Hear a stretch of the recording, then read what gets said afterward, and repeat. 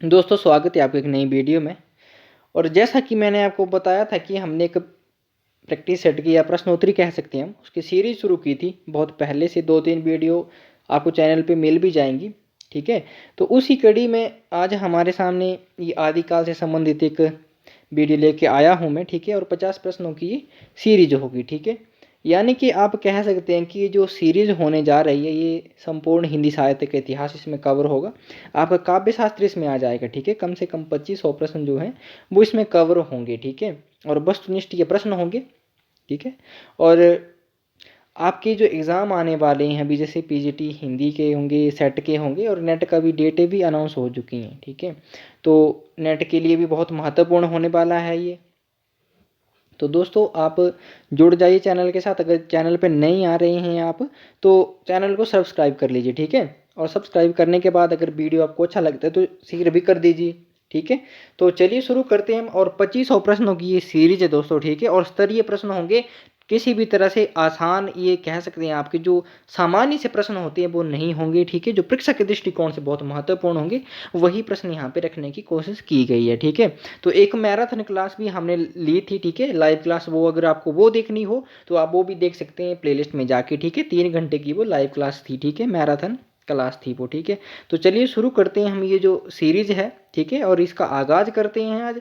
50 प्रश्न आपके सामने हैं, ठीक है। और 50-50 प्रश्न ही हम हर दिन करेंगे। आप सोल्व करिए इनको, ठीक है। और हर दिन ये आपको सुबह 9 या 10 बजे मिल जाएगी वीडियो, ठीक है। और 50-50 प्रश्न होंगे।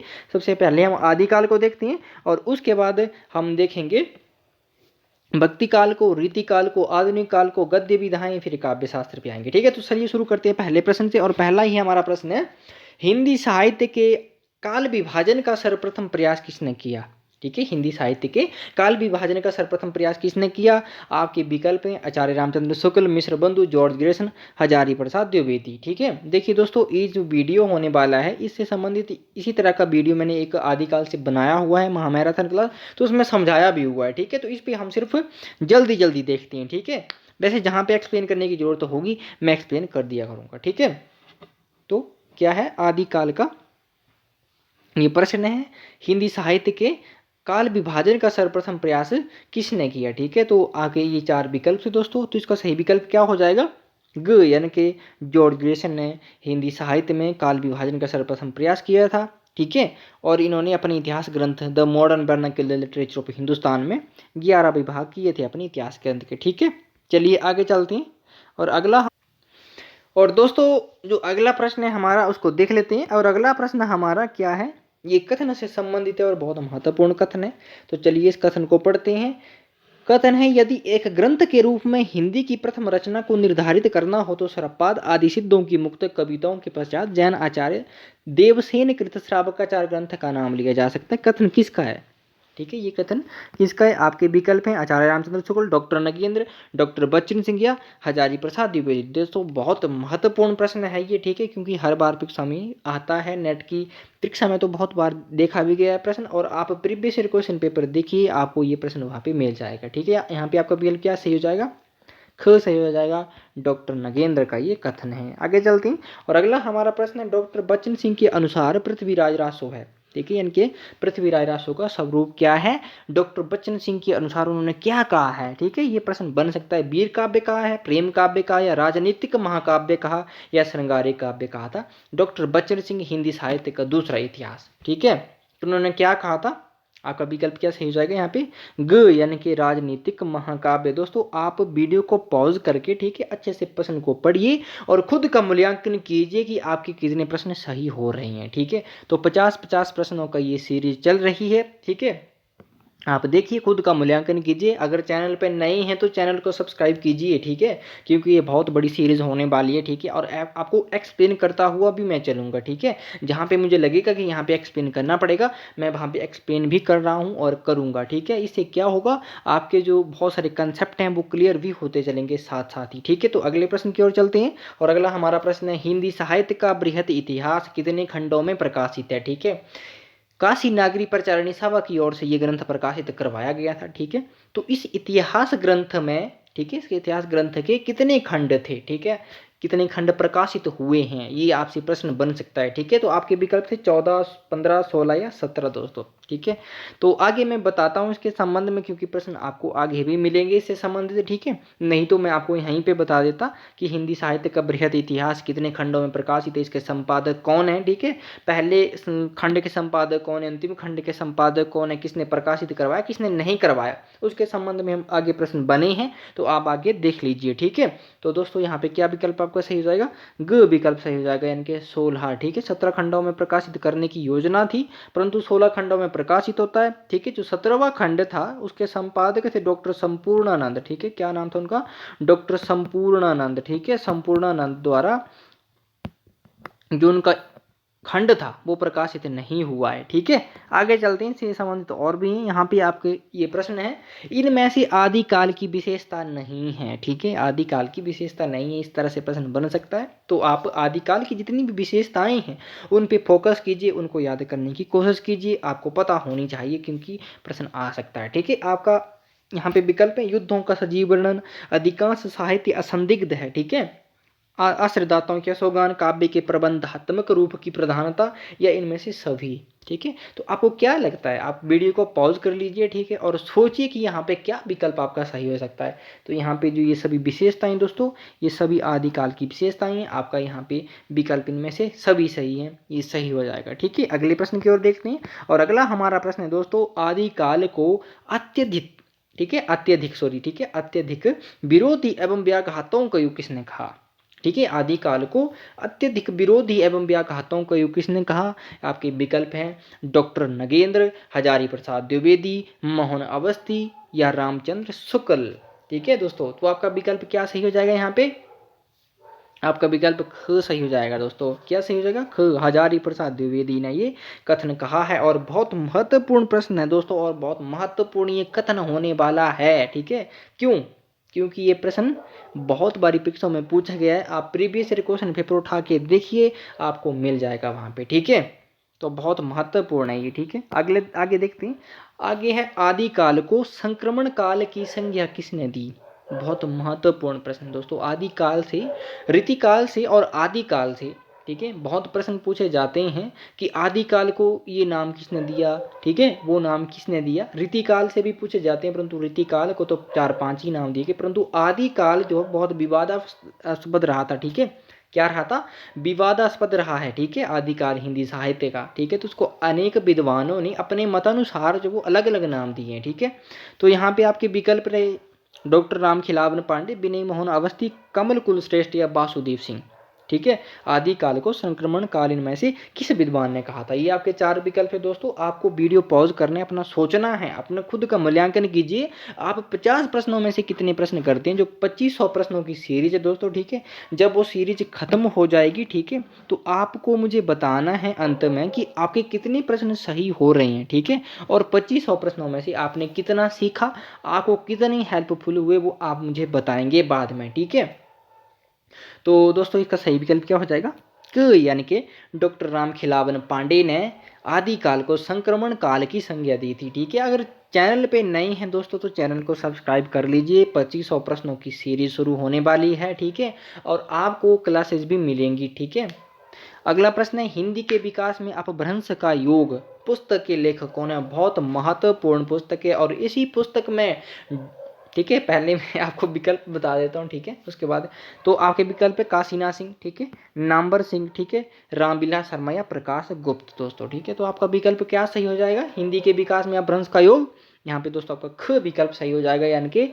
डॉक्टर नामवर सिंह की ये पुस्तक है। ठीक है, देखिए दोस्तों ये जो पुस्तक है, ठीक है, इसका प्रकाशन वर्ष मैं बता देता हूँ। इसका प्रकाशन वर्ष है 1952। ठीक है, क्या प्रकाशन वर्ष है इसका, 1952। और इसी पुस्तक में, ठीक है, डॉक्टर नामवर सिंह ने, ठीक है, हमें सबको पता है स्वयंभू को अपभ्रंश का वाल्मीकि कहा जाता है। ठीक है, तो उन्होंने ही, ठीक है, इस पुस्तक में जो नामवर सिंह जी ने पुष्पदंत को नहीं, स्वयंभू को, ठीक है, स्वयंभू को अपभ्रंश का क्या कहा था, अपभ्रंश का वाल्मीकि कहा था। ठीक है, प्रश्न बन सकता है कि अपभ्रंश का वाल्मीकि स्वयंभू को किसने कहा। ठीक है, हमें पता है स्वयंभू को अपभ्रंश का वाल्मीकि कहा जाता है, परंतु किस विद्वान ने कहा हमें ये भी पता होना चाहिए। ठीक है, इस तरह से एक्सप्लेन करता हुआ मैं आपको आगे भी बताता हूँ। ठीक है, अगले प्रश्न पे चलते हैं दोस्तों। और अगला प्रश्न हमारा क्या है वो आप देख लीजिए। आदिकाल को वीरकाल नाम किसने दिया। ठीक है, आपको पता है वीरगाथा काल नाम जो वो रामचंद्र शुक्ल जी ने दिया था, परंतु यहाँ पे पूछा गया दोस्तों वीरकाल। ठीक है, आपको कंफ्यूज नहीं होना है।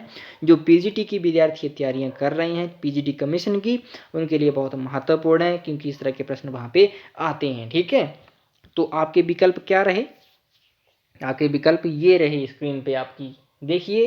पहला विकल्प है रामचंद्र शुक्ल, विश्वनाथ मिश्र। ठीक है, विश्वनाथ प्रसाद मिश्र, विश्वनाथ तिवारी या हजारी प्रसाद द्विवेदी। दोस्तों तो आपका क्या विकल्प सही हो जाएगा। यहाँ पे वीरकाल किसने कहा था, वीरकाल कहा था आपका विश्वनाथ प्रसाद मिश्र ने। आपका विकल्प ख सही हो जाएगा। उनकी पुस्तक आती है हिंदी साहित्य का अतीत। ठीक है, उस पुस्तक में उन्होंने कहा था। ठीक है, हिंदी साहित्य का अतीत दोस्तों। ठीक है, तो उस पुस्तक में उन्होंने ये कहा था। ठीक है, आगे चलते हैं दोस्तों।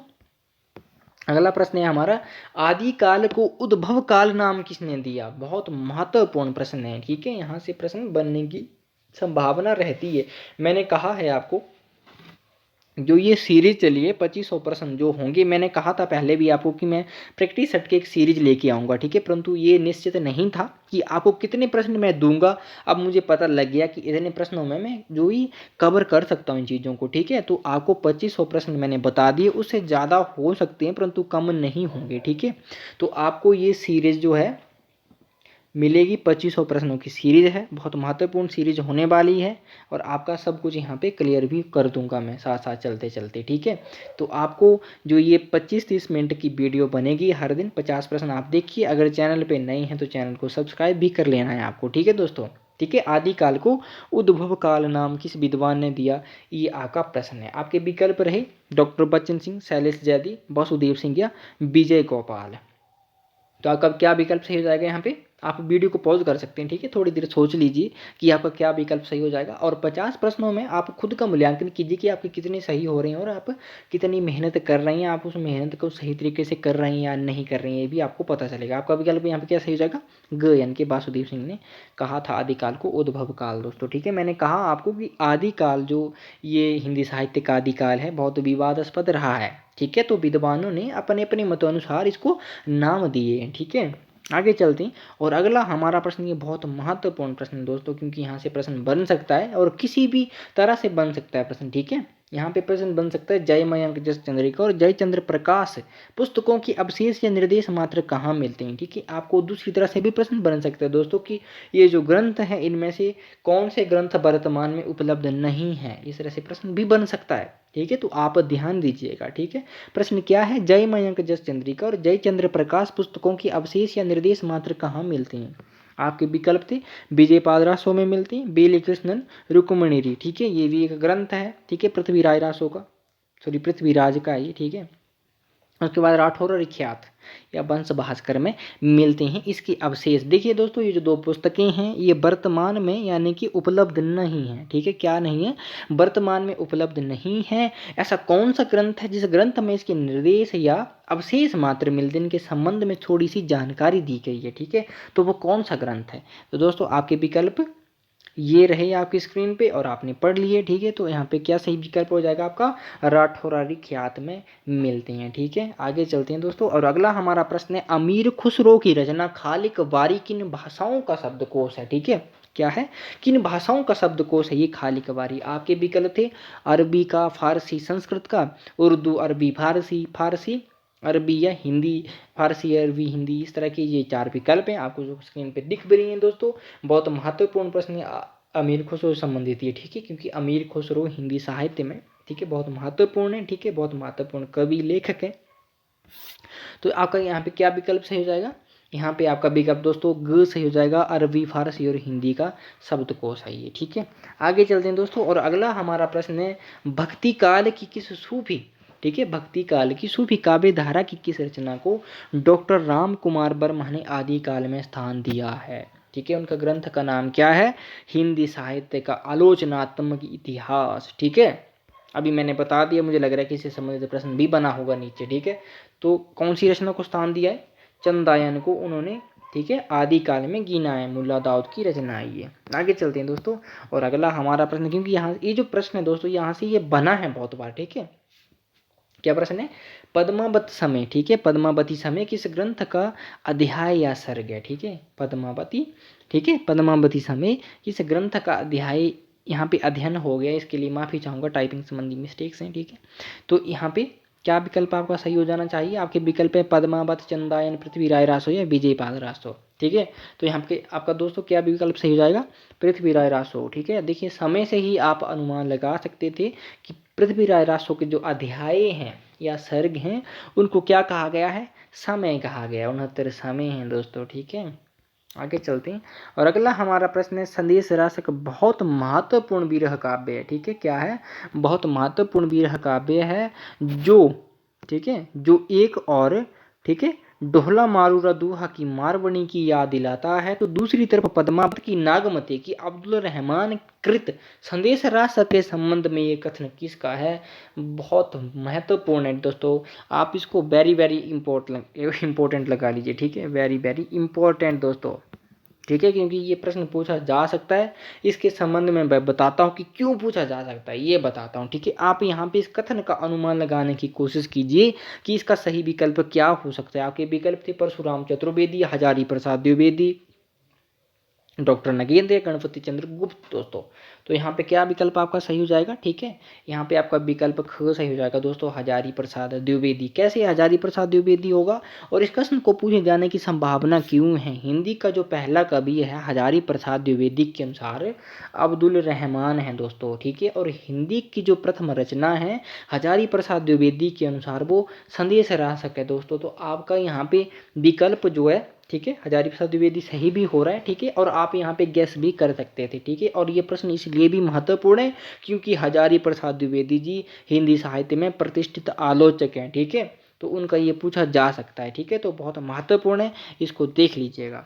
आगे चलते हैं। और अगला हमारा प्रश्न है, साहित्य आत्माभिव्यक्ति जीवन की अभिव्यक्ति है, साहित्य की उपयुक्त परिभाषा किसकी है? बहुत महत्वपूर्ण प्रश्न है ये भी दोस्तों मैंने जो यहाँ पे प्रश्न रखे हैं वह बहुत महत्वपूर्ण ही प्रश्न है, ठीक है। और ये परीक्षा के दृष्टिकोण से आपके लिए बहुत फायदेमंद होने वाले हैं, ठीक है। तो आपके विकल्प में आचार्य रामचंद्र शुक्ल, डॉक्टर नगेंद्र, डॉक्टर श्याम सुंदर दास, डॉक्टर गुलाब राय। प्रश्न, ये विकल्प जो साहित्य के संबंध में, साहित्य आत्माभिव्यक्ति जीवन की अभिव्यक्ति है दोस्तों, ठीक है। तो ये किसका सही हो जाएगा? यहाँ पे विकल्प आपका विकल्प ख सही हो जाएगा दोस्तों, डॉक्टर नगेंद्र की ये साहित्य के संबंध में परिभाषा है, ठीक है। अगला देखते हैं। और अगला हमारा प्रश्न है, और बहुत सारी परीक्षाओं में ये पूछा गया प्रश्न है दोस्तों, साहित्य जनसमूह के हृदय का विकास है, उक्त परिभाषा किसकी है? ठीक है, किसकी है ये? आपके विकल्प में भारती हरिश्चंद्र दोस्तों, प्रताप नारायण मिश्र, बालकृष्ण भट्ट या महावीर प्रसाद द्विवेदी दोस्तों। पीजीटी हिंदी वाले तो इसको वेरी वेरी इंपॉर्टेंट लगा लीजिए, वेरी वेरी इंपॉर्टेंट दोस्तों, वेरी वेरी इंपॉर्टेंट, क्योंकि पूछा जा सकता है ये, ठीक है, और पूछा गया भी है पहले। आपका विकल्प यहाँ पे क्या सही हो जाएगा? ग विकल्प सही हो जाएगा। और बालकृष्ण भट्ट का इसी नाम से निबंध था ये, ठीक है, साहित्य जनसमूह के हृदय का विकास है, ठीक है दोस्तों। अगर चैनल पे नए आ रहे हो तो चैनल को सब्सक्राइब कर लीजिए, इस तरह के और भी वीडियो आपको मिलते रहेंगे। अगर चैनल पे नए हैं तो प्लेलिस्ट में जाइए, प्लेलिस्ट में आपको बहुत सारी वीडियो देखने को मिल जाएंगी इस संबंध में, ठीक है। और साहित्य के अगर विद्यार्थी हो आप तब तो आपके लिए बहुत महत्वपूर्ण है, ठीक है। अगर साहित्य के विद्यार्थी नहीं हैं तो उनके लिए भी चैनल में बहुत सारी वीडियो हैं, इन्फॉर्मेशंस हैं, ठीक है, बहुत ज़्यादा ठीक है, बहुत ज़्यादा आपके लिए इन्फॉर्मेटिव वीडियो रखी हुई है, ठीक है। आप वहाँ से समझ सकते हैं, ठीक है, परीक्षा नेट क्या होता है, सेट क्या होता है, ठीक है, किस तरह से परीक्षाओं की तैयारियां की जा सकती हैं इनकी, वो सब कुछ आपको देखने को मिले। चलिए दोस्तों आगे चलते हैं। और अगला हमारा प्रश्न है, ज्ञान राशि के सिर ठीक है, चिर संचित कोश का नाम साहित्य है दोस्तों, ठीक है। क्या प्रश्न है आपका? बहुत महत्वपूर्ण परिभाषा है और बहुत सारी परीक्षाओं में पूछी भी गई है, ठीक है। आप प्रीवियस ईयर क्वेश्चन पेपर उठा के देख लीजिए, आपको जरूर मिलेगी, ठीक है। क्या नाम है? ज्ञान राशि के चिर संचित कोश का नाम साहित्य। ये उक्त परिभाषा किसकी है साहित्य के संबंध में? आपके विकल्प थे हजारी प्रसाद द्विवेदी, महावीर प्रसाद द्विवेदी, डॉक्टर गुलाब राय या प्रेमचंद दोस्तों, ठीक है। यहाँ पे विकल्प क्या सही हो जाएगा आपका? ख विकल्प सही हो जाएगा, महावीर प्रसाद द्विवेदी। यहाँ पे द्विवेदी ओ का नाम जो है, ठीक है, द्विवेदी ओ का नाम इन्हीं के नाम के आधार पर पड़ा था, ठीक है। सरस्वती पत्रिका के संपादक रहे, ठीक है, सरस्वती पत्रिका के संपादक रहे ये, ठीक है। और ठीक है 1903 से 1900 कितने तक रहे थे, 1920 तक सरस्वती पत्रिका के संपादक रहे थे, ठीक है। उसके बाद रिटायरमेंट, ठीक है, रिटायरमेंट जब इनकी हो जाती है 1920 में, रिटायरमेंट यानी कि सेवानिवृत्त जब ये हो जाती हैं, तो उसके बाद इनको सरस्वती प्रेस की ओर से 150 रुपये की पेंशन दी जाती है हर मंथ, ठीक है, दी जाने लगी थी ये कहेंगे हम, ठीक है। तो ये सारी चीज़ें जो फैक्ट हैं मैं आपको बताता चलता हूँ दोस्तों, बताता चलूँगा आपको, ठीक है, क्योंकि ये आप साहित्य के विद्यार्थी हो, आपको चीज़ें पता होनी चाहिए, ठीक है। यहाँ पे देखिए एक प्रश्न में बहुत सारे प्रश्न मैंने रखने की कोशिश की है दोस्तों। अगला हमारा प्रश्न है, नाभादास कृत भक्तमाल में कितने छपे छंद और कुल कितने भक्त कवियों का उल्लेख है। देखिए यहाँ पे आपसे प्रश्न बन सकता है, क्योंकि ये प्रश्न इस तरह से बन सकता है, क्यों बन सकता है, क्योंकि ये बहुत महत्वपूर्ण प्रश्न है। भक्तमाल नाभादास, ठीक है, प्रश्न बन सकता है भक्तमाल किसकी रचना है, ठीक है, या भक्तमाल के लेखक कौन है, ठीक है। भक्तमाल में कितने छपे छंद है, ये भी बन सकता है कि भक्तमाल का मुख्य छंद क्या है, ठीक है, मुख्य के एक ही छंद में लिखे गए हैं, कौन से छंद में रचित है भक्तमाल, ठीक है। आपसे पूछा जा सकता है कि कितने भक्त कवियों को लेख है, तो आप देख लीजिए 5-7 प्रश्नों का उत्तर एक ही प्रश्न में यहाँ पे देने की कोशिश की गई है, और इसी तरह से आपको आगे भी देखने को मिलेंगे। अगर चैनल पे नहीं हो तो जुड़ जाइए, ठीक है। आपके विकल्प है 216 छपे छंद या 1000 भक्त कवि, सॉरी 100 हैं ये, ठीक है। 316 छपे छंद, 200 भक्त कवि, उसके बाद 416 छपे छंद, 300 भक्त कवियों का उल्लेख है। तो या इनमें से कोई नहीं, ये 4 विकल्प में दोस्तों आपके, ठीक है। आपका विकल्प यहाँ पे कैसा ही हो जाएगा, 316 छपे छंद में ये भक्तमाल रचित है और 200 भक्त कवियों का उल्लेख है, ठीक है। आपका विकल्प ख सही हो जाएगा। अगला देखते हैं दोस्तों, अगला हमारा प्रश्न बहुत महत्वपूर्ण है, ठीक है। जो सिख गुरु हुए हैं दोस्तों, वो हिंदी साहित्य जो है, ठीक है, हिंदी साहित्य का जो भक्तिकालीन, ठीक है, भक्तिकालीन काव्य धारा थी या भक्तिकाल है, ठीक है, या हिंदी साहित्य का पूर्व मध्यकाल भी उसको कह सकते हैं, उसकी जो संत काव्य धारा थी उनमें इनको गिना जाता है, ठीक है। तो आपके ये प्रश्न है, आदि गुरु श्री, ठीक है, आदि श्री गुरु ग्रंथ साहिब के संग्रहकर्ता कौन है, ठीक है, प्रश्न बन सकता है दोस्तों। तो आपके विकल्प थे गुरु नानक, गुरु गोविंद सिंह, गुरु अर्जुन सिंह, या इनमें से कोई नहीं। तो आपका विकल्प क्या सही हो जाएगा दोस्तों, ग यानी कि गुरु अर्जुन सिंह, ठीक है। अगला देखते हैं, और अगला हमारा प्रश्न है, शिव सिंह सेंगर ने, ठीक है, शिव सिंह सेंगर ने अपनी इतिहास ग्रंथ शिव सिंह सरोज के लिए किस ग्रंथ को आधार बनाया। बहुत ही महत्वपूर्ण प्रश्न है दोस्तों, बन सकता है, छप सकता है, इसके लिए आपको याद करना है ये, ठीक है। सतकवि गिरा बिलास, भाषा काव्य संग्रह, काव्य निर्णय या कालिदास हजारा दोस्तों, ठीक है। तो शिव सिंह जो ये सेंगर थे, ठीक है, इन्होंने शिव सिंह सरोज ग्रंथ जो था, ठीक है, 1983 में इसका प्रकाशन होता है, ठीक है, शिव सिंह सरोज का, ठीक है, 1983 में इसका प्रकाशन होता है, ठीक है। और इस ग्रंथ में इन्होंने कितने कवियों को स्थान दिया था, 738, ठीक है दोस्तों। अगला देखते हैं, अगला क्या इसका प्रश्न को उत्तर देख लेते हैं सबसे पहले। तो इसका सही जो उत्तर होगा दोस्तों वो हो जाएगा आपका कालिदास हजारा, ठीक है। कालिदास त्रिवेदी की ये रचना थी, ठीक है, किसकी रचना थी, कालिदास त्रिवेदी की रचना थी, जो आदिकाल के बहुत आदिकाल नहीं, रीतिकाल के बहुत महत्वपूर्ण कवि हुए हैं, ठीक है।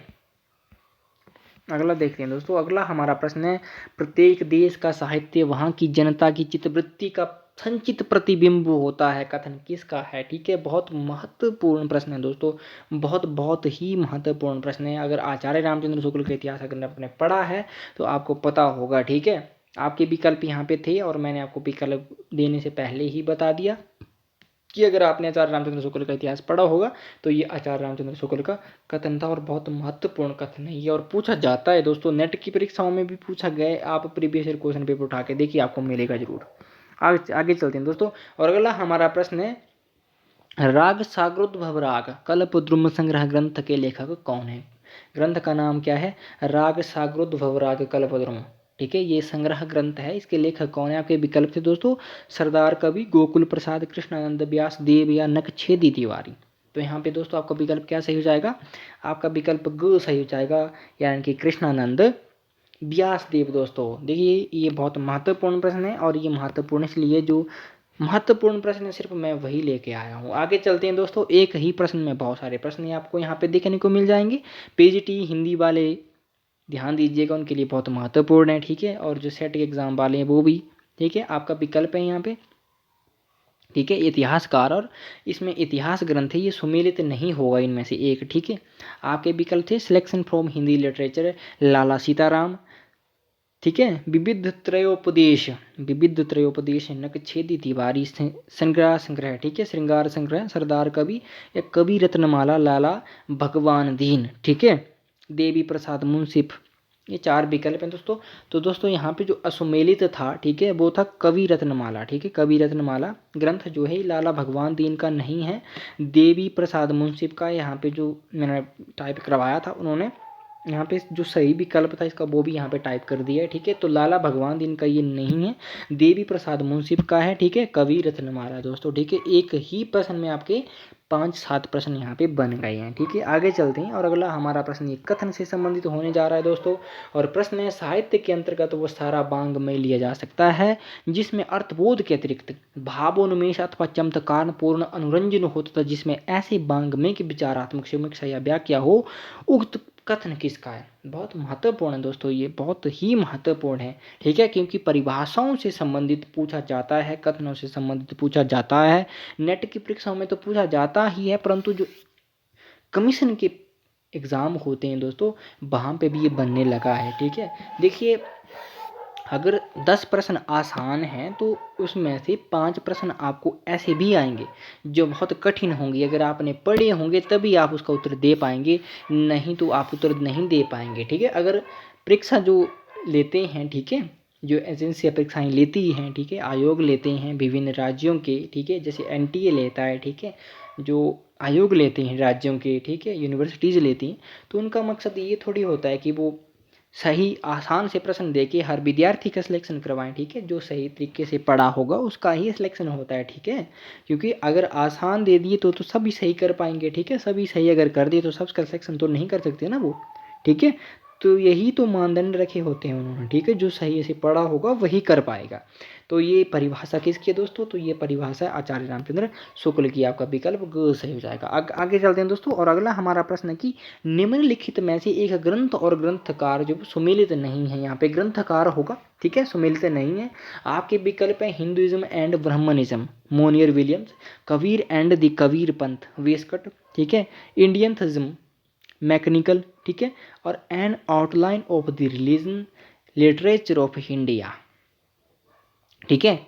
ये जो ग्रंथ हैं, ठीक है, इनमें से एक जो वो सुमेलित नहीं है, बहुत महत्वपूर्ण है, आप लिख लीजिए अगर बेशक अगर आपके पास समय है तो, क्योंकि ये प्रश्न जो हैं मैंने अपने खुद के नोट्स बनाए हुए हैं और वहाँ से मैंने ये प्रश्न इकट्ठा किए हैं, बहुत सारी किताबों का निचोड़ है ये, ठीक है। तो इनमें से सुमेलित नहीं है वो आपको बताना है, ठीक है। Hinduism and Brahmanism, Monier Williams, बिल्कुल सही है, ठीक है। उसके बाद कबीर एंड दी कबीर पंथ, वेस्कट, बिल्कुल सही है। इंडियन थनिज्म, मैकेनिकल, सही है। N outline of the religion literature of India, ये गलत है दोस्तों, ये वृक्ष का नहीं है, फरकहार का है, ठीक है। किसका है? फरकहार, ठीक है, ये अंग्रेजी विद्वान है सबके सब, ठीक है। तो इन्होंने ये ग्रंथ लिखे और पूछा जा सकता है दोस्तों, और एक ही प्रश्न से आपका सिलेक्शन रुक सकता है, ये आप ध्यान में दीजिए। एक प्रश्न ना करने से आपका सिलेक्शन रुक सकता है और किसी दूसरे का हो सकता है, तो ध्यान दीजिए, मैं यही कहूँगा।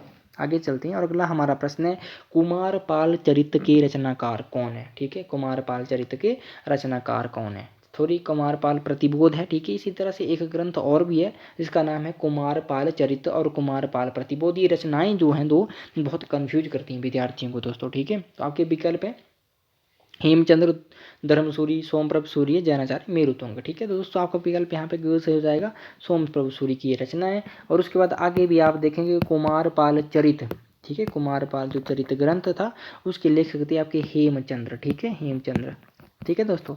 तो हेमचंद्र के वो उस ग्रंथ के लेखक थे और कुमारपाल प्रतिबोध के। और यहाँ से प्रश्न जरूर बनता ही है क्योंकि कुमारपाल प्रतिबोध और कुमारपाल चरित्र जो ये रचनाएं हैं बहुत मिलती जुलती हैं, ठीक है। तो विद्यार्थी कन्फ्यूज हो सकता है, इसीलिए जो कन्फ्यूज करने के लिए ही आयोग ऐसे प्रश्न डालता है, ठीक है। और हर बार आपको देखने को मिलेंगे इस तरह के प्रश्न। अगला प्रश्न है हमारा दोस्तों, साहित्य उसी रचना को कहेंगे जिसमें कोई सच्चाई प्रकट की गई हो, जिसकी भाषा प्रौढ़, परिमार्जित, सुंदर हो और जिसमें दिल व दिमाग पर असर डालने का गुण हो। उक्त परिभाषा के इसकी बहुत महत्वपूर्ण परिभाषा है दोस्तों। ये जो परिभाषाएं होती है ये सिर्फ परीक्षा के दृष्टिकोण से ही महत्वपूर्ण नहीं होती हैं, ठीक है। इनसे क्या बनता है आपको पता है, इसको जो परिभाषाएं हैं इनको समझने से हम साहित्य के संबंध में, ठीक है, साहित्य के बारे में हमारी सोच बढ़ती है, ठीक है, हमारी जो है अंडरस्टैंडिंग जो लेवल है हमारा वो ठीक होता है, ठीक है। इन परिभाषाओं से आगे चलते हैं, ठीक है। सॉरी, इसके संबंध में आपको बता दूं तो ये परिभाषा है दोस्तों, ये है आपकी मुंशी प्रेमचंद की, ठीक है दोस्तों। आगे चलते हैं और अगला हमारा प्रश्न है, साहित्य के इतिहासकार का काम है कवि के कार्यों को साहित्य इतिहास की विकास प्रक्रिया में न्यायोचित दिखा सकना। परिभाषा किसकी है दोस्तों? आपके विकल्प है राम स्वरूप चतुर्वेदी, परशुराम चतुर्वेदी, हजारी प्रसाद द्विवेदी, डॉक्टर नाम बताएंगे दोस्तों, ठीक है। तो देखिए, अगर आपने हिंदी भाषा नहीं, हिंदी साहित्य का संवेदनात्मक विकास, ठीक है, अगर ये ग्रंथ पढ़ा है, ठीक है, तो आपको वहाँ पे ये मिल जाएगा, ठीक है। राम स्वरूप चतुर्वेदी का वो ग्रंथ है, ठीक है, 1986 इसका प्रकाशन था, ठीक है, और 1996 ईस्वी में इस ग्रंथ को, ठीक है, 1996 ईस्वी में इस ग्रंथ को क्या मिला था? व्यास सम्मान मिला दोस्तों। बहुत महत्वपूर्ण है, किसी इतिहास ग्रंथ को किसी पुरस्कार या सम्मान से सम्मानित किया गया था, ये बहुत महत्वपूर्ण बात है, ठीक है, तो इसको याद रखिएगा। आगे चलते हैं दोस्तों, अगला हमारा प्रश्न है, आचार्य रामचंद्र शुक्ल ने अपने इतिहास ग्रंथ हिंदी साहित्य के इतिहास में किस पद्धति को अपनाया? बहुत ही महत्वपूर्ण प्रश्न है दोस्तों, क्योंकि यहाँ से प्रश्न बनता है। आपके विकल्प हैं कालानुक्रमी पद्धति, आलोचनात्मक पद्धति, समाजवादी पद्धति या विधेयवादी पद्धति, ठीक है।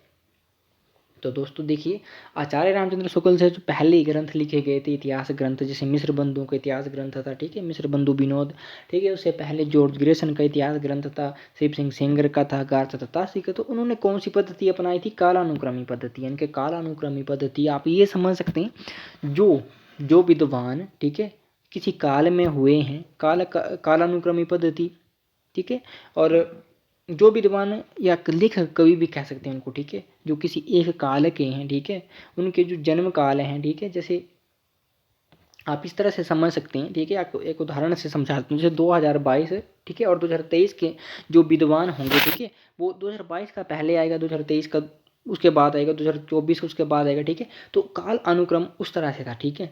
परंतु आचार्य रामचंद्र शुक्ल जो हुए हैं, ठीक है, उन्होंने विधेयवादी पद्धति को अपनाया। विधेयवादी, देखिए, कालानुक्रमी जो पद्धति, इसमें आप ये कह सकते हैं कि इसमें दोष क्या था, ठीक है, इसमें दोष यही था कि जो महत्वपूर्ण या प्रसिद्ध कवि या लेखक है उसको भी काल के अनुसार कभी उसको आगे किया जा रहा है, कभी पीछे किया जा रहा है, ठीक है, तो ये बहुत बुरी बात है, ठीक है।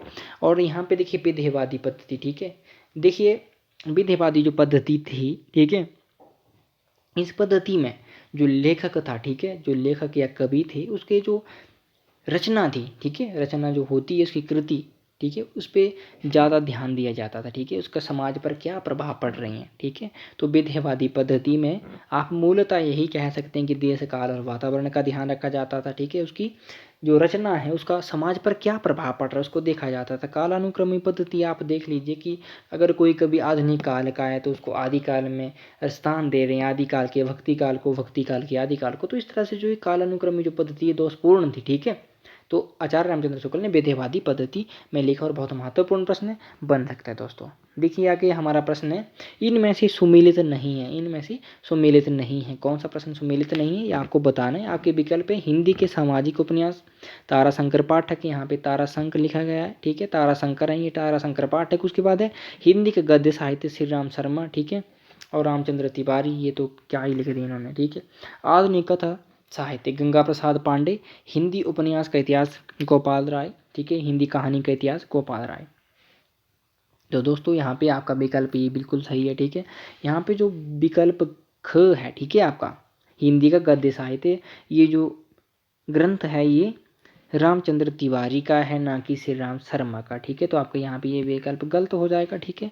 बाकी आपका आधुनिक कथा साहित्य, ये भी सही विकल्प है आपका, गंगा प्रसाद पांडे, हिंदी उपन्यास का इतिहास और हिंदी कहानी का इतिहास है, गोपाल राय। ये भी बहुत महत्वपूर्ण प्रश्न है और बिल्कुल सही है। आगे चलते हैं, हिंदी नाटक उद्भव और विकास आलोचनात्मक पुस्तक के लेखक कौन है, ठीक है।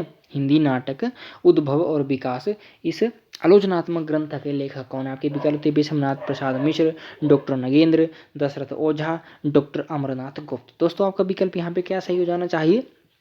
दशरथ ओझा, ठीक है। आगे चलते हैं दोस्तों।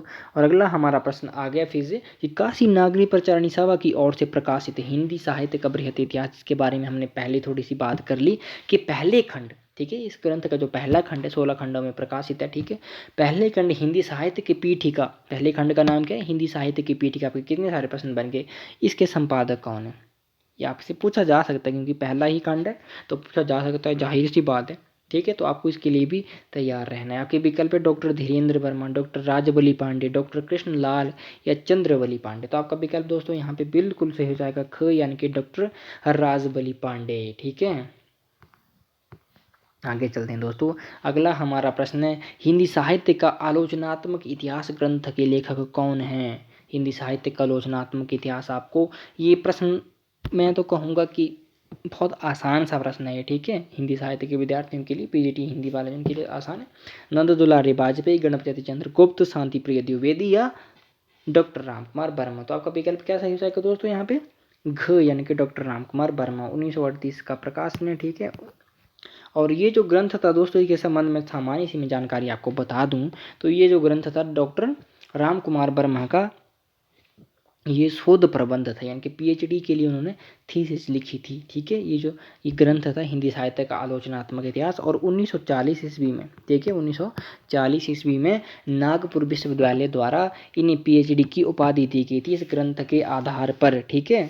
तो ये आपको सामान्य सी जानकारी बता दी मैंने। आगे चलते हैं दोस्तों, इससे संबंधित और भी प्रश्न बनेंगे, वो आगे लिखे नहीं तो मैं आपको यहीं पे सब कुछ बता देता, ठीक है। अगला हमारा प्रश्न है हिंदी साहित्य युग और प्रवृत्तियां इतिहास ग्रंथ के लेखक कौन है? देखिए हिंदी साहित्य के जो विद्यार्थी हैं दोस्तों, अगर आपने हिंदी साहित्य का सरल इतिहास, ठीक है, रामचंद्र शुक्ल का इतिहास, डॉक्टर नगेंद्र का, डॉक्टर बच्चन सिंह का इतिहास पढ़ लिया हो और राम स्वरूप चतुर्वेदी का इतिहास पढ़ लिया हो तो आपको हिंदी साहित्य युग और प्रवृत्तियां इस ग्रंथ को पढ़ना चाहिए क्योंकि बहुत महत्वपूर्ण है ये, ठीक है। तो ये ग्रंथ किसका है? आपके विकल्प थे महेंद्र कुमार, शिव कुमार शर्मा, डॉक्टर धीरेन्द्र वर्मा, मैनेजर पांडे। तो किसका ग्रंथ है ये? आपका विकल्प यहाँ पे घ सही हो जाएगा, शिव कुमार शर्मा दोस्तों। आगे चलते हैं दोस्तों। अगला हमारा प्रश्न है हिंदी का पहला कवि और उसका विद्वान सुमेलित नहीं है, यानी कि असुमेलित है दोस्तों, ठीक है। किस विद्वान ने हिंदी का पहला कवि किसे माना, ठीक है। ये आपके विकल्प यहाँ पे दिए हुए हैं तो आपको बताना है दोस्तों, ठीक है। आपके विकल्प है शिव सिंह सेंगर, पुष्य या पुंड कवि, ठीक है। राहुल शंकरत्यायन, सरहपाद, गणपति चंद्रगुप्त, शालिभद्र सूरी, राजा मुंज, चंद्रधर शर्मा गुलेरी या विद्यापति हजारी प्रसाद द्विवेदी दोस्तों, ठीक है। तो आपके विकल्प क्या सही हो जाने चाहिए, ठीक है दोस्तों। तो दोस्तों आपका विकल्प पहला सही है, शिव सिंह सेंगर पुष्य या पुंड को माना है, मिश्र बंधुओं ने भी इसी को माना है, राहुल शंकरत्यायन सरहपाद को मानते हैं, डॉक्टर नगेंद्र ने भी माना है सरहपाद को, ठीक है, यानी कि इन्होंने समर्थन किया, ठीक है। गणपति चंद्र शालिभद्र सूरी को मानते हैं, राजा मुंज जो ये राजा मुंज यानी कि कवि हैं और चंद्रधर शर्मा गुलेरी दूसरी तरफ आगे हैं, ठीक है। इसके लिए माफ़ी चाहूँगा, ठीक है। तो राजा मुंज, चंद्रधर शर्मा गुलेरी और आचार्य रामचंद्र शुक्ल भी मानते हैं, ठीक है, मुंज को। और दोस्तों जो ये विद्यापति हैं, ठीक है, विद्यापति को हजारी प्रसाद द्विवेदी ने नहीं माना है दोस्तों, माना था बच्चन सिंह ने, ठीक है। और ये हजारी प्रसाद द्विवेदी यहाँ पे गलत हो जाएगा, ठीक है। हजारी प्रसाद द्विवेदी ने किसको माना था? अब्दुल रहमान को माना था दोस्तों, ठीक है। किसको माना था? अब्दुल रहमान को। आगे चलते हैं दोस्तों। अगला हमारा प्रश्न है किस विद्वान ने अपभ्रंश को पुरानी हिंदी नहीं कहा है? आपको पता है, ठीक है, मुझे भी पता है कि अपभ्रंश को पुरानी हिंदी किसने कहा है, सब ने रटाया रखा होता है। चंद्रधर शर्मा गुलेरी ने भाई साहब अपभ्रंश को पुरानी हिंदी कहा था, ठीक है। परंतु चंद्रधर शर्मा गुलेरी के अलावा भी 2-3 विद्वान और हैं जिन्होंने अपभ्रंश को पुरानी हिंदी कहा है, ठीक है। अभाट को पुरानी हिंदी कहा है, ठीक है।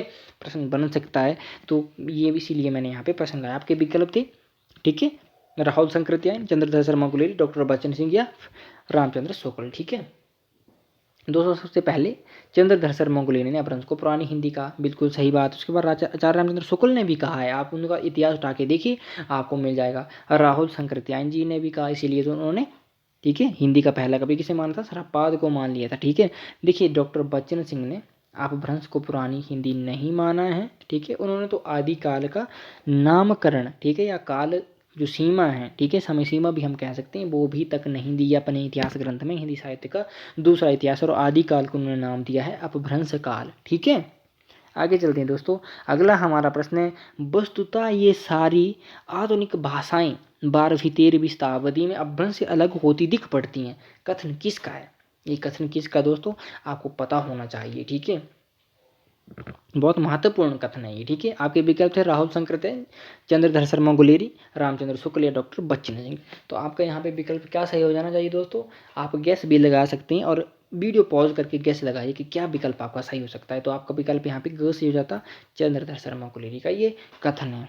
आगे चलते हैं और अगला हमारा प्रश्न है, हिंदी साहित्य का आदिकाल संवत 1050 से लेकर संवत 1375 तक, अर्थात महाराज भोज के समय से लेकर हमीर देव के समय से कुछ पीछे तक माना जा सकता है। आदिकाल के संबंध में ये कथन किस विद्वान का है? तो आपके विकल्प में आपको देने से पहले आप इस प्रश्न को ध्यान से पढ़िए, ठीक है। मैं नीचे जा रहा हूँ, ठीक है, और इस प्रश्न को आप ध्यान से पढ़िए, उसके बाद विकल्पों पे आप आइएगा, ठीक है। वीडियो को पॉज कर लेना आप, ठीक है। तो आपके विकल्प थे डॉक्टर नगेंद्र, हजारी प्रसाद द्विवेदी, रामचंद्र शुक्ल या डॉक्टर राम कुमार वर्मा होगा यहाँ पे, ठीक है। तो यहाँ पे 21 का विकल्प था दोस्तों रामचंद्र शुक्ल जी का ये विकल्प था। उनका हिंदी साहित्य का इतिहास बहुत महत्वपूर्ण है, जिन विद्यार्थियों ने नहीं पढ़ा है वो पढ़ लीजिएगा, ठीक है। अगला हमारा प्रश्न है, डॉक्टर राम कुमार वर्मा ने अपने इतिहास ग्रंथ हिंदी साहित्य का आलोचनात्मक इतिहास में किस काल तक का वर्णन किया है? बहुत ही महत्वपूर्ण प्रश्न, वेरी वेरी इंपॉर्टेंट लगा लीजिए दोस्तों आप इसको, तो ठीक है, वेरी वेरी इंपॉर्टेंट लगा लीजिए, मैं यही कहूँगा। और मैंने इसके संबंध में आपको बता दिया कि ये उनका शोध प्रबंध था 1938 में इसका प्रकाशन, और 1940 में नागपुर विश्वविद्यालय से द्वारा उन्हें PhD की उपाधि दी गई थी, ठीक है, विद्या वाचस्पति की उपाधि मिलती है। तो इस ग्रंथ में डॉक्टर राम कुमार वर्मा ने, ठीक है, किस काल तक का वर्णन किया? आपके विकल्प थे रीतिकाल, भक्ति काल, आधुनिक काल या सामंत काल तक का दोस्तों, ठीक है। तो किस काल तक का वर्णन किया था उन्होंने? भक्ति काल तक का, ठीक है दोस्तों। प्रश्न बन सकता है, ठीक है। आप देखिएगा जो 2500 प्रश्नों की सीरीज है उनमें से आपको बहुत सारे प्रश्न देखने को मिलेंगे दोस्तों आपके एग्जाम में, आप देख लीजिएगा, ठीक है। और जो मैं एक्सप्लेन कर रहा हूँ एक्स्ट्रा जो आपको बता रहा हूँ, ठीक है, अगर उसको भी आप ध्यान से देख रहे हैं और लिख रहे होंगे तो आपके लिए ये भी बहुत महत्वपूर्ण और फायदेमंद होगा, ये देख लीजिएगा आप, ठीक है। अगला प्रश्न है, 15वीं सदी का धार्मिक पुनर्जागरण अपने इतिहास का काल विभाग किसने किया? बहुत ही महत्वपूर्ण प्रश्न है दोस्तों, बहुत ही महत्वपूर्ण। 2021 में ये नेट की परीक्षा में पूछा गया प्रश्न है दोस्तों, ठीक है। आपके विकल्प है रामचंद्र शुक्ल, जॉर्ज ग्रेसन, हजारी प्रसाद द्विवेदी या मिसिर बंधु, ठीक है दोस्तों। देखिए दोस्तों यहाँ पे आपका विकल्प ख से हो जाएगा। जॉर्ज ग्रेसन अपने इतिहास ग्रंथ को 12 खंडों में या कालों में विभक्त किया था, ठीक है। उनके ग्रंथ का नाम को आपको पता होगा, the modern vernacular literature of Hindustan, ठीक है। 1888 में ये ग्रंथ जो बंगाल की एशियाटिक सोसाइटी पत्रिका में, ठीक है, एक विशेषांक के रूप में प्रकाशित होता है, और 1889 में, ठीक है, एक स्वतंत्र पुस्तक के रूप में प्रकाशित होता था, ठीक है। इसी तरह से डॉक्टर गणपति चंद्र गुप्त ने इसका जो प्रकाशन वर्ष है 1988 माना है, ठीक है। तो ये तो चलो दूसरी बातें, ठीक है, क्योंकि ये बहुत डीपली हो जाता है, ठीक है। तो आपको तो सिर्फ थोड़ी थोड़ी बातें रखनी है। जब हिंदी साहित्य के इतिहास पढ़ेंगे तो मैं आपको बहुत डीपली पढ़ाऊँगा, परंतु उसके लिए समय लगेगा दोस्तों, ठीक है। परंतु पढ़ाऊँगा मैं ज़रूर, ये मेरी है खुद की चाह है, ठीक है। पढ़ाऊँगा ज़रूर, और इस तरह से पढ़ाऊँगा कि आपने वो सारी चीज़ें पहले नहीं पढ़ी होंगी, ठीक है, क्योंकि उसमें नया ही जोड़ूंगा मैं। आगे चलते हैं दोस्तों, और अगला हमारा प्रश्न है, आदिकाल को अनिर्दिष्ट लोक प्रवृत्ति का युग किसने कहा? यहाँ पे लीक नहीं है दोस्तों, यहाँ पे लोक है ये, ठीक है। लोक प्रवृत्ति का युग किसने कहा? बहुत महत्वपूर्ण प्रश्न है और ये कथन पूछा जाता है, हर परीक्षा में आपसे पूछा जाएगा ये कथन, क्योंकि बहुत महत्वपूर्ण कथन है, ठीक है। आपके विकल्प है डॉक्टर बच्चन सिंह, हजारी प्रसाद द्विवेदी, रामचंद्र शुक्ल या डॉक्टर नगेंद्र दोस्तों। तो आपका विकल्प क्या सही हो जाना चाहिए यहाँ पे? रामचंद्र शुक्ल दोस्तों, ठीक है।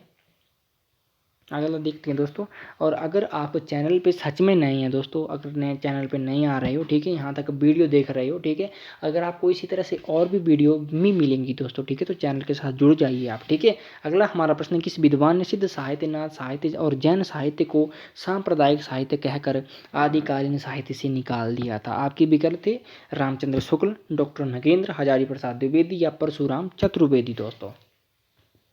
तो आपका विकल्प क्या सही हो जाना चाहिए यहाँ पे? ये जो कथन है दोस्तों, ये आपका कथन हो जाएगा क सही, यानी कि आचार्य रामचंद्र शुक्ल, ठीक है।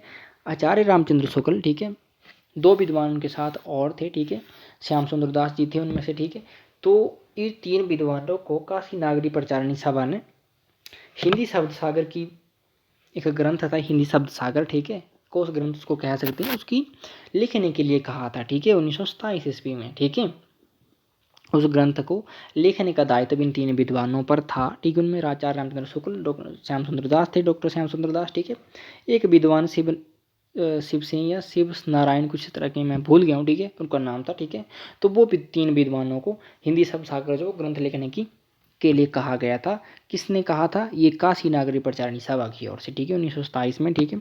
और 1929 में ये ग्रंथ पूरा जब लिखा गया, ठीक है, तो उस ग्रंथ की जो भूमिका थी, ठीक है, वो आचार्य रामचंद्र शुक्ल ने लिखी थी। हिंदी साहित्य का विकास नाम से वो भूमिका लिखी गई थी दोस्तों, ठीक है। तो आपसे पूछा जा सकता है कि किस ग्रंथ का पूर्ववर्ती रूप जो था हिंदी साहित्य का विकास नाम से प्रकाशित हुआ था, ठीक है, या पूर्व नाम उसका हिंदी साहित्य का विकास था, प्रश्न बन सकता है दोस्तों, तो आप उसको भी याद रख लीजिएगा, ठीक है। तो वो ग्रंथ की जो भूमिका थी, ठीक है, वो आचार्य रामचंद्र शुक्ल ने लिखी थी, ठीक है। और उस ग्रंथ की भूमिका में रामचंद्र शुक्ल जी ने सिद्ध साहित्य, नाथ साहित्य और जैन साहित्य को सांप्रदायिक साहित्य कहकर आदिकालीन साहित्य में स्थान देने से इनकार कर दिया था, ठीक है। और 1940 में जब आचार्य रामचंद्र शुक्ल का इतिहास ग्रंथ स्वतंत्र रूप से एक पुस्तक के रूप में प्रकाशित होता है, संवर्धित और परिवर्धित करके जब वो प्रकाशित करते हैं अपने इतिहास ग्रंथ को, तो उन्होंने स्थान दिया था सिद्ध साहित्य और नाथ साहित्य को, ठीक है। परंतु उन्होंने फिर भी इसकी अवहेलना ही की है। आप आचार्य रामचंद्र शुक्ल का इतिहास उठा के देख लीजिए, आपको इन तीनों जो ये साहित्य है, ठीक है, सांप्रदायिक साहित्य कहकर उनकी अवहेलना फिर भी उन्होंने की है कुछ हद तक, ठीक है। तो अगला देखते हैं दोस्तों। अगला हमारा प्रश्न है, आचार्य रामचंद्र शुक्ल ने जिन 12 पुस्तकों के आधार पर आदिकाल का नामकरण, कितनी पुस्तकों के आधार पर? 12 पुस्तकों के आधार पर वीर गाथा काल किया था, ठीक है। क्या कौन सा नाम दिया? आपको पता है आचार्य रामचंद्र शुक्ल ने आदिकाल को नाम दिया था वीर गाथा काल, ठीक है। उन 12 पुस्तकों में से साहित्यिक पुस्तकें 4 मानी थी, ठीक है। उन 12 जो पुस्तकें थी उनमें से साहित्यिक पुस्तकें कितनी मानी है? 4, तथा अन्य को, इनके अन्य 8 बच गई, अन्य को देश भाषा की पुस्तकें कहा था, ठीक है। तो 12 पुस्तकों में से 4 साहित्यिक पुस्तकें हैं, ठीक है, इनके साहित्यिक भाषा की पुस्तकें, और 4 अन्य जो 8 जो अन्य पुस्तकें हैं, ठीक है, वो देश भाषा की पुस्तकें थी। तो निम्न में से कौन सी पुस्तक जो वो साहित्यिक भाषा की नहीं है? प्रश्न मैंने इसीलिए इतना बड़ा बनाया है क्योंकि आपको जो 12 पुस्तकों के आधार पर आचार्य रामचंद्र शुक्ल ने नामकरण किया था वीरगाथा काल का, 5-7 प्रश्नों का एक ही प्रश्न में आपको यहाँ पे निचोड़िया, ये कह सकते हैं कि यहाँ पे मिलाया हुआ आपको मिल रहा है 3-4 प्रश्नों का एक ही प्रश्न में सब कुछ, ठीक है। तो आपके विकल्प थे विजय पाल रासो, नाहल सिंह, हमीरासो सारंगधर, पृथ्वीराज रासो चंद्रप्रदाय और कीर्तिलता विद्यापति दोस्तों, ठीक है। तो ये जो साहित्यिक पुस्तक नहीं है इनमें से, ठीक है, इनके साहित्यिक भाषा की पुस्तक जो नहीं है दोस्तों, वो हो जाएगी आपकी पृथ्वीराज रासो, ठीक है। पृथ्वीराज रासो को देश भाषा की पुस्तक में इन्होंने स्थान दिया है दोस्तों, ठीक है। और 8 पुस्तकें थी वो, ठीक है। और ये जो 3-4 पुस्तकें थी, विजय पाल रासो 1 हो गया आपका, हमीर रासो सारंगधर 2 हो गया, और कीर्तिलता 3 हो गया, और चौथा कीर्ति पताका विद्यापति द्वारा ही रचित, इनको साहित्यिक पुस्तकें कहा था आचार्य रामचंद्र शुक्ल जी ने, ठीक है। अगला देखते हैं दोस्तों। अगला हमारा प्रश्न है, आदिकाल को आदिकाल नाम सर्वप्रथम किस विद्वान ने दिया? बहुत ही महत्वपूर्ण प्रश्न है आपके लिए, ठीक है। आदिकाल को आदिकाल नाम सर्वप्रथम किस विद्वान ने दिया, ठीक है दोस्तों। आपका प्रश्न क्या हो जाएगा यहाँ पे? सही विकल्प ख, यानी कि आचार्य रामचंद्र शुक्ल। देखिए दोस्तों, आचार्य रामचंद्र शुक्ल ने अपने इतिहास ग्रंथ हिंदी साहित्य के इतिहास जो है उसमें दोहरे नामकरण का प्रयोग किया है, ठीक है। उन्होंने वीरगाथा काल को आदिकाल भी कहा है, ठीक है। भक्ति काल को पूर्व मध्य काल कहा, रीति काल को उत्तर मध्य काल कहा, और गद्य काल को उन्होंने आधुनिक काल भी कहा था दोस्तों, ठीक है। तो आचार्य रामचंद्र शुक्ल ने सर्वप्रथम आदिकाल को आदिकाल नामकरण दिया था। प्रश्न पूछा जा सकता है आपसे, ठीक है। तो इसको लिख लीजिएगा, अगर आपको ज़रूरत है कि हम लिख सकते हैं, हमें लिख के याद हो जाएगा, तो आप लिख लीजिए, आपके लिए ये बहुत काम आने वाला है, ठीक है। आगे चलते हैं। और अगला हमारा प्रश्न है, आदिकाल को बीज बपन काल नाम किस विद्वान ने दिया? बहुत महत्वपूर्ण प्रश्न है और ये बहुत आसान सा भी मुझे लग रहा है, ठीक है। आपके विकल्प थे हजारी प्रसाद द्विवेदी, महावीर प्रसाद द्विवेदी, भारतेंदु हरिश्चंद्र, डॉक्टर राम कुमार वर्मा, ठीक है। तो दोस्तों क्या विकल्प सही हो जाएगा आपका? ख, यानी कि महावीर प्रसाद द्विवेदी। अगला हमारा प्रश्न है, साहित्य दृष्टि और इतिहास पुस्तक के लेखक कौन है? ठीक है, साहित्य इतिहास और दृष्टि पुस्तक के लेखक कौन है? आपके विकल्प थे मुक्तिबोध, नामवर सिंह, मैनेजर पांडे या रामविलास शर्मा, ठीक है दोस्तों। तो यहाँ पे आपका विकल्प क्या सही हो जाना चाहिए?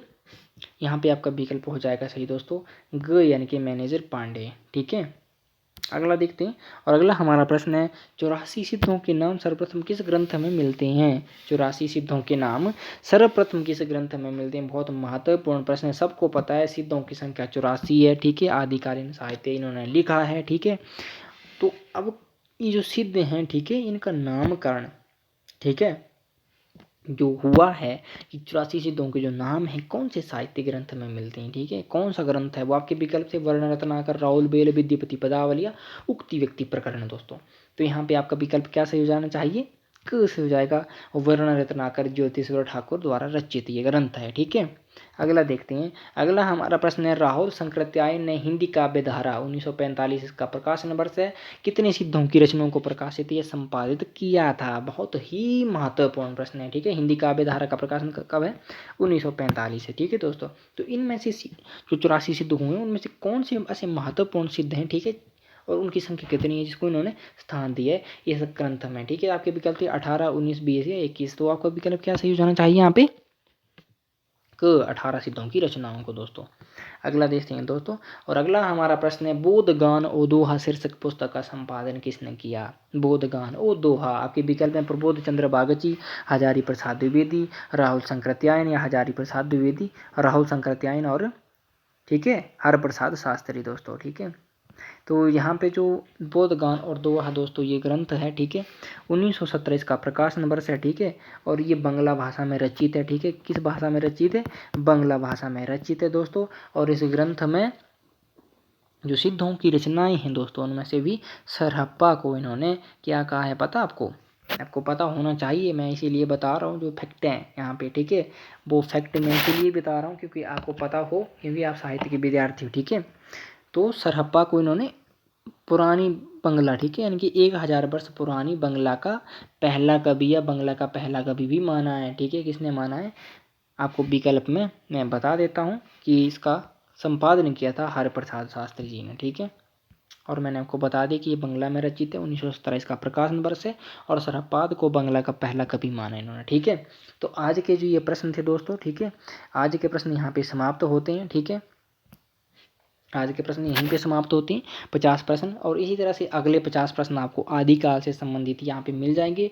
250 प्रश्न आपको आदिकाल पे मिलेंगे, ठीक है। और आगे भक्ति काल थोड़ा बड़ा है, ठीक है। तो भक्ति काल पे आप समझ सकते हैं कि भक्ति काल पे कम से कम कोई 400 प्रश्न तो मैं बनाऊंगा ही बनाऊंगा, ठीक है। और बहुत महत्वपूर्ण प्रश्न होंगे। अगर चैनल पे नए हैं, यहाँ तक किसी ने वीडियो देखी है दोस्तों, तो चैनल को सब्सक्राइब कर लीजिए। इस तरह की और भी वीडियो आपके लिए मिलती रहेंगी, लाता रहूँगा, ठीक है। तो पढ़ते रहिए, ठीक है। मिलते हैं किसी और वीडियो में। बहुत धन्यवाद आपका।